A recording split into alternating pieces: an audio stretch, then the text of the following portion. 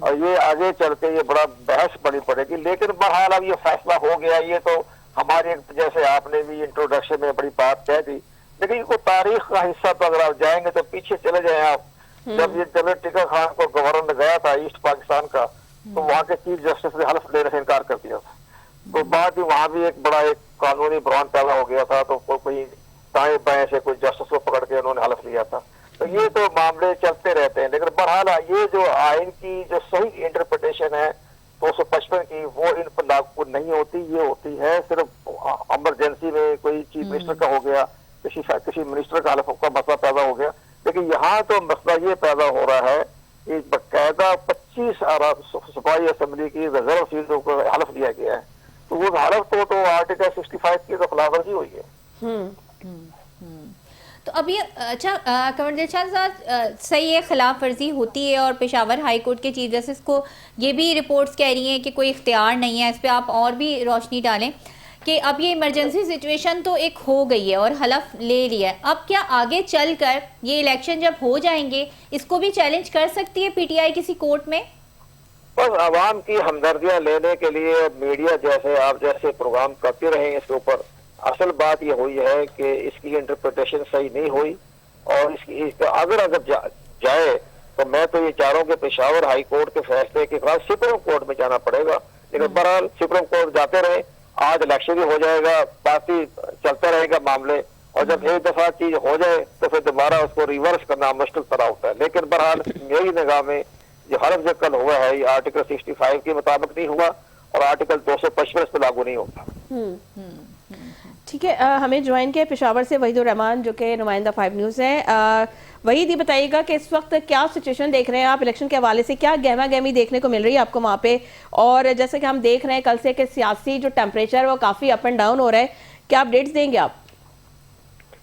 جی بالکل, میں اس حوالے سے یہ کہوں گا کہ کے پی میں سینٹ الیکشن کے لیے آج ووٹنگ ہوگی.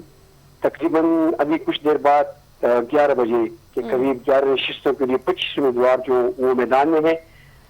خیبر پختونخوا میں سینٹ الیکشن کے دوران ہارس ٹریلنگ سے بچنے کے لیے حکومت اور اپوزیشن کے درمیان 2-3 روز قبل 6 نشستوں کا ایک فارمولہ طے پایا تھا. اس بنیاد پر تھا کہ 6 سیٹیں جو ہیں وہ حکومت کو ملیں گی اور 5 نشستیں جو ہیں وہ اپوزیشن کی طرف سے ہوگی. مگر حالات ایک دم پلٹا کھا لیا انہوں نے. کل جو گورنر خیبر پختونخوا فیصل کریم کنڈی کی جانب سے جو اسمبلی اجلاس بلایا گیا تھا, اس دوران کل وزیر اعلیٰ خیبر پختونخوا نے پارلیمانی کمیٹی کا اجلاس بھی وزیر ہاؤس میں بلایا ہوا تھا. تو تھوڑا سا حالات جو ہے وہ پلٹا کھا گئے اس وقت جب اسمبلی اجلاس شروع ہوا, اور اس دوران اسپیکر کو نشاندہی کرائی گئی ہے کہ کورم جو ہے وہ پورا نہیں ہے. تو اس کے کہنے پر اسمبلی میں کورم کی نشاندہی پر جو ہے 24 جولائی تک الیکشن جو اجلاس ہے وہ ملتوی کر دیا تھا.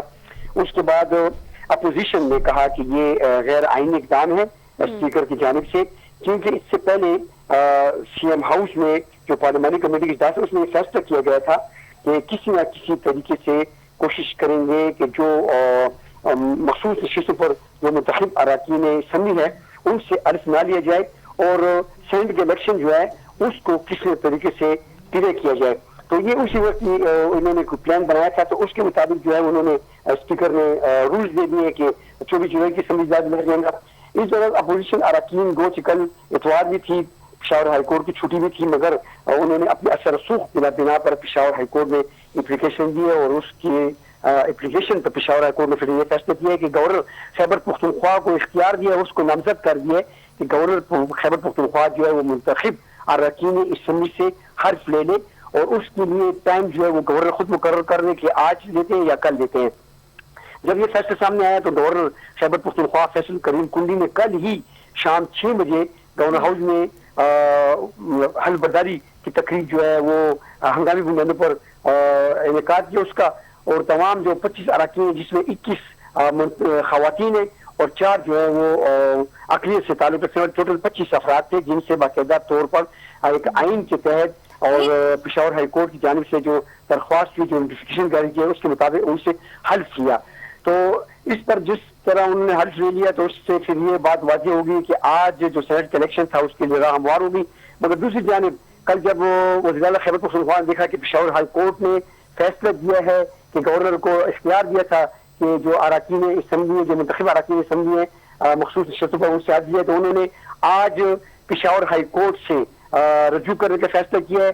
وہ کہہ رہے ہیں بقول ان کے کہ پشاور ہائی کورٹ میں ہم نے جو درخواست دائر کی ہے اس میں یہ موقف اختیار کیا گیا ہے کہ اسمبلی اسپیکر اسمبلی کے پاس یہ اختیار ہے کہ وہ منتخب اراکین اسمبلی جو ہے جو مخصوص سے کامیاب ہوئے ان سے عرض لینے کے پابند ہے، نہ کہ گورنر کو یہ اختیار دیا جائے کہ وہ لوگوں سے الیکشن میں. مگر آپ کو یہ بتا دوں کہ یہ آئین پاکستان آرٹیکل 65 اور آرٹیکل 255 کے تحت Khyber Pakhtunkhwa procedure and conduct of business rules 1988 کے رول 6 کے مطابق جو ہے گورنر نے یہ پھر حلف جو لیا ان سے لیا، تو اس طرح گورنر کے پاس بھی یہ اختیار تھا کہ وہ حلف لے لے.